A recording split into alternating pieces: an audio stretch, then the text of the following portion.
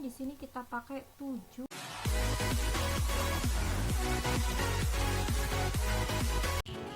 Bismillahirrahmanirrahim. Assalamualaikum warahmatullahi wabarakatuh. Oke, kita ketemu lagi ya. Pada pertemuan kali ini kita akan bahas materi apa nih ya? Coba kita lihat data konsepnya terlebih dahulu. Sebentar ya. Oke, sebelumnya bagaimana nih kabarnya hari ini?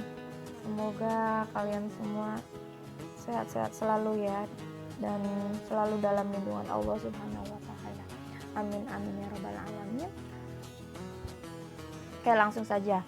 Nah, pada pertemuan atau pada materi sebelumnya kan kita sudah belajar tentang definisi dari persamaan kuadrat ya.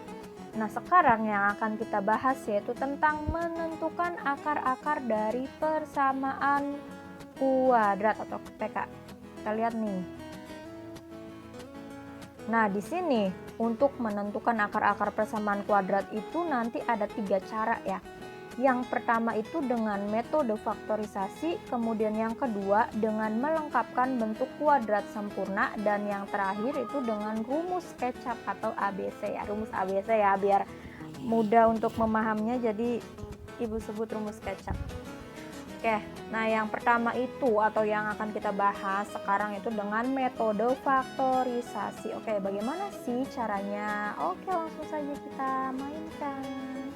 Oke, nah di sini di metode faktorisasi itu ada 2 syarat. Yang pertama, hasil kalinya itu adalah sama dengan AC. Jadi sini hasil kalinya ketika dikalikan itu hasilnya adalah AC, kemudian ketika dijumlahkan itu sama dengan B. Oke, bagaimana sih? Kita lanjut saja ke contoh soalnya. Oke, carilah akar-akar persamaan kuadrat berikut dengan faktorisasi.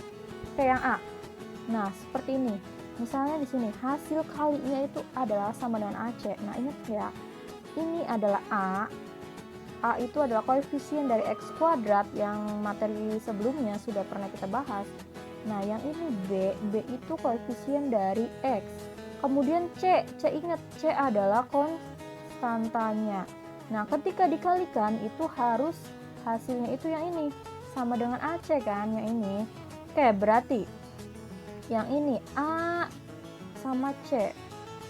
Nah, itu ketika dikalikan hasilnya sama dengan AC kan, berarti A-nya di sini 1, kemudian C-nya kan negatif 1, berarti AC itu sama dengan A dikali C, berarti 1 dikali negatif 28, berarti hasilnya negatif 28.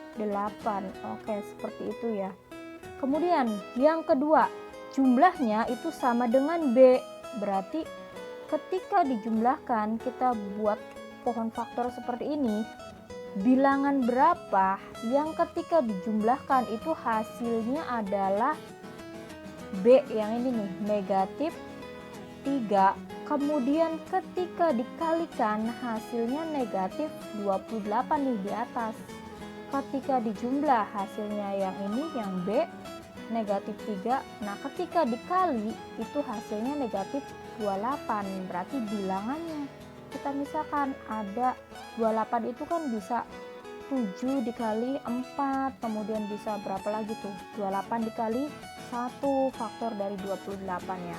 Misalnya di sini kita pakai 7 dan 4.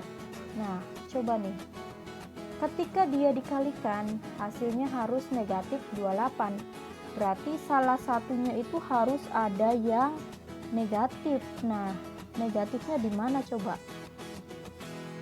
Ketika dia dikalikan 7 kali 4 itu harus negatif 28, berarti negatifnya antara di 7 dan di 4. Oke, kita cek lagi yang di sini, yang B-nya. Nah, ketika dijumlahkan itu harus negatif 3, berarti 7 ditambah berapa, atau 7 sama 4 nih, kira-kira negatif 3, berarti kita lihat di sini salah satunya harus ada negatif, misalnya di negatif 7 ya. Negatif 7 ditambah 4 itu pasti hasilnya adalah negatif 3 ya, yang ini yang atas B. Berarti benar ya. hasilnya itu adalah ketika ditambahkan hasilnya yang di atas, yang B, ketika bilangan ini dikalikan hasilnya negatif 28. Negatif 7 dikali 4 itu kan betul hasilnya negatif 28. Oke, kemudian diapakan lagi nih? Kemudian dibagi yang ini nih, supaya nanti dapat faktornya atau akar-akarnya, dibagi yang A di sini nih caranya. A-nya itu kan di sini kan kalau tidak ada variabelnya berarti 1. Nah, kebalikannya tandanya. Kalau yang ini positif berarti kebalikannya yaitu di sini negatif 1. Negatif 1. Negatif 1 itu dari mana, Bu? Negatif 1 itu dari yang ini, koefisien dari A. Jadi dibagi koefisien dari A. Oke, berarti nanti kita dapat nih akar-akarnya.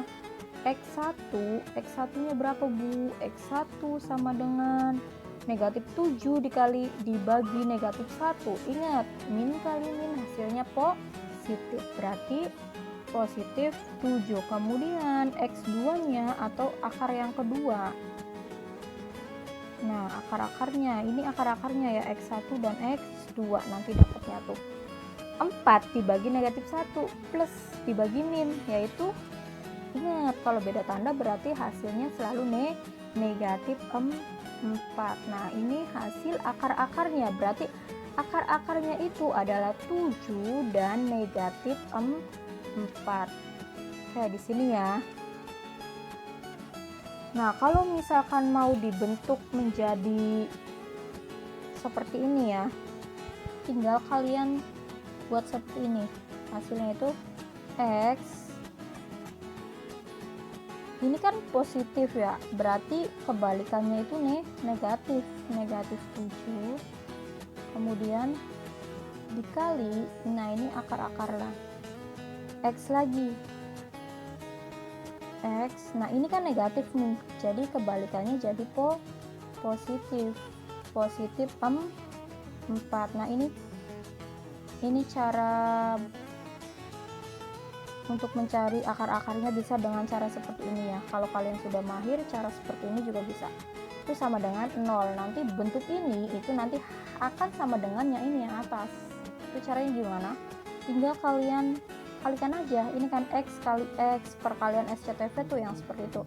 X kali 4, kemudian 7 kali X, negatif 7 kali X, kemudian negatif 7 kali 4. Nanti hasilnya akan sama seperti ini. Coba kalian buktikan sendiri ya.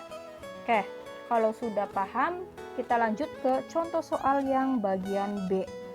Yang ini, sama kayak tadi, berarti kan ini 3 dikali negatif 5, berarti sini kan 3 dikali negatif 5, berarti negatif 15 kan.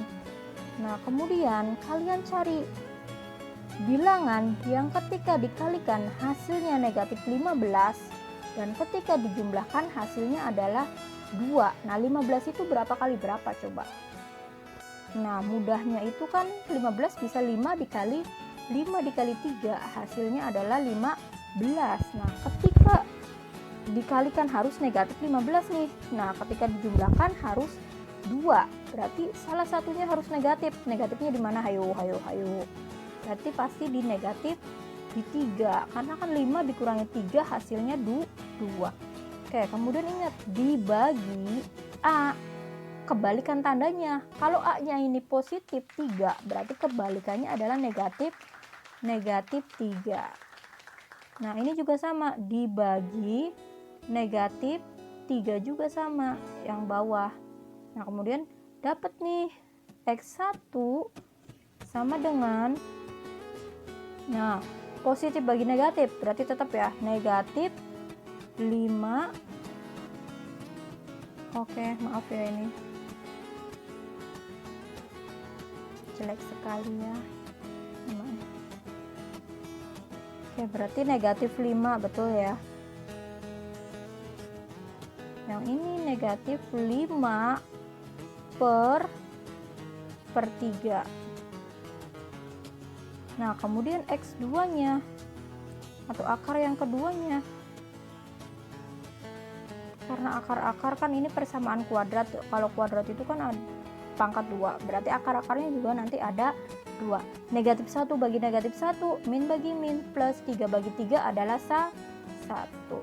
Oke, betul ya sampai sini. Berarti akar-akarnya adalah X1 negatif 5/3 dan X2 adalah 1.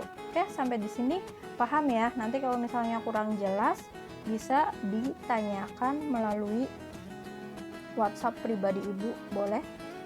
Oke, nah kalau sudah nanti kalian seperti biasa kerjakan latihan soalnya yang ini, selesaikan persamaan kuadrat berikut dengan faktorisasi dengan metode yang tadi yang udah Ibu jelaskan. Oke, sampai di sini. Nanti untuk pertemuan berikutnya kita akan bahas tentang melengkapkan bentuk kuadrat sempurna. Oke, terima kasih. Wassalamualaikum warahmatullahi wabarakatuh.